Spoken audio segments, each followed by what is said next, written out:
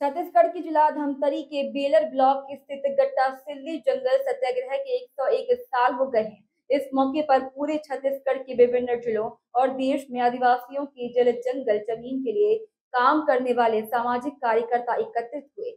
जहां जंगल सत्याग्रह की वर्षगांठ का आयोजन ग्राम कुम्हरडाइन पारा गट्टा सिल्ली सिहावा नगरी क्षेत्र जिला धमतरी छत्तीसगढ़ में एकता परिषद ने किया है। 2 दिन तक चले इस कार्यक्रम के समापन दिन रविवार 3 मार्च को सुबह श्रमदान सर्वधर्म प्रार्थना के बाद ग्रामीण मुखियाओं का परिसंवाद आयोजित हुआ। इसके बाद एकता परिषद के छत्तीसगढ़ के सैकड़ों प्रतिनिधियों वे सत्याग्रह स्तंभ पर पुष्पांजलि देकर एक पदयात्रा का आयोजन हुआ। समापन सभा में विशिष्ट अतिथियों द्वारा संबोधन किया गया। रविशंकर विश्वविद्यालय के विधि विभाग के प्रोफेसर डॉक्टर वेणुधर रौंतिया ने कहा कि भारत के संविधान के अनुसार प्रशासनिक व्यवस्था और राजनीतिक व्यवस्था आम नागरिक को न्याय प्रदान करने के लिए बनी है, पर जब ये कानून के न्यायपूर्ण अनुपालन में विफल रहते हैं तब न्यायपालिका के पास जाने का विकल्प भी सबके पास मौजूद रहता है। सबको इसकी जानकारी और समझ विकसित करनी चाहिए। एकता परिषद के राष्ट्रीय संयोजक रमेश शर्मा ने कहा कि नगरीय क्षेत्र के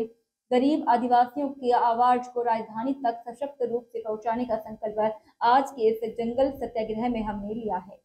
वहीं मंच पर उपस्थित एकता परिषद के प्रांतीय संयोजक प्रशांत भाई, डॉक्टर संगीता कौशिक, स्वाति देवांगन, मंगलू राम जगत, लक्ष्मी ध्रुव, लोकेश्वरी भट्टी ने भी सभा को संबोधित किया। मंच संचालन धमतरी स्कूल संकुल के सचिव उत्तम सामरत ने किया। बता दें, इस कार्यक्रम में प्रयोग संस्था के अध्यक्ष सीताराम राम सोनवानी, सूरज दुबे, डॉक्टर संगीता कौशिक, अनन्या चटर्जी, निखिलेश, पूजा सोनी, गांधीवादी सामाजिक कार्यकर्ता और जंगल सत्याग्रह के सत्याग्रही परिवार के वर्षक ने भाग लिया। जय जगत पुकारेगा, जय जगत पुकारेगा, जय मन केवारेगा, जय मन केवारेगा, बहने एवं भाइयों को जय जगत एवं प्रणाम मेरा। सबसे पहले मैं अपना परिचय दे दूं। मेरा नाम डॉक्टर संगीता कौशिक है। मैं गरियाबंद जिले में आयुर्वेद चिकित्सा अधिकारी के रूप में पदस्थ हूँ। मैं एक जनजातीय क्षेत्र में ही काम करती हूँ। मैं आप लोगों के बीच में मैंने वहाँ काम किया हुआ है, लेकिन मैं अभी तक जितना था मेरा काम की स्वास्थ्य से संबंधी ही उनकी समस्याएं सुननी। लेकिन पिछले 1 साल से डॉक्टर सत्यजीत साहू सर के साथ हम दोस्त और प्योर की टीम एकता परिषद के साथ जुड़ी हुई है। तो इसमें मैं देख रही हूँ कि ये एक ऐसा मंच है जहाँ आप अपनी समस्याएं, अपने अधिकार, अपनी पीड़ाएं आप सामने लाकर रख सक रहे हैं। तो ये मैं अब ये कोशिश करती हूँ कि उनसे मैं और उनकी समस्या सुनूं, अपने स्तर पे अगर मैं कुछ उनकी मदद कर सकती हूँ वो करूँ। यह एक ऐसा मंच जो बना हुआ है उनके लिए यहाँ तक पहुँचा सकूं।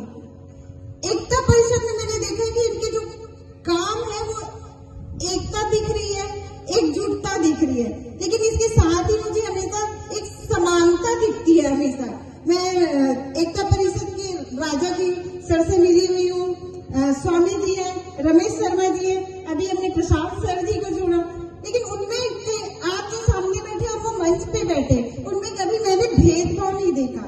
जैसे पिछला एक हम कार्यक्रम किए थे उसमें राजा जी को सुना, उन्होंने अपना परिचय एकता परिषद के संस्थापक नहीं हूँ, एकता परिषद से जुड़ा हुआ हूँ ये करके देते। तो मैं हमेशा एकता परिषद में एक समानता का भी भाव मैं देखती रही। आज मैं ये बोलूंगी कि जैसे आज के कार्यक्रम में मैं उपस्थित हूँ तो मैं ये अपना सौभाग्य भी समझती हूँ, साथ में खुद को थोड़ा छोटा भी महसूस कर रही हूँ, क्योंकि आप लोगों का संघर्ष लंबे समय से चलता है और हमको हम शहर में रहे हैं, हमारा परिवार भी संपन्न था, तो हम पढ़ाई लिखाई अच्छे से किए हैं, आज एक नौकरी कर रहे हैं, लेकिन आप एक छोटी चीजों के लिए आपको अधिकारों के लिए लड़ना पड़ रहा है। तो इस स्तर पे मैं जो भी आपकी मदद कर सकूँ वो मैं करना चाहूंगी और एकता परिषद के साथ मिलकर हम काम तो कर ही रहे हैं।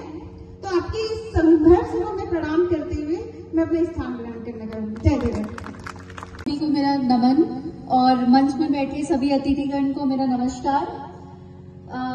इस तरह से किसी सत्याग्रह को संबोधित करने का ये मेरा पहला मौका है।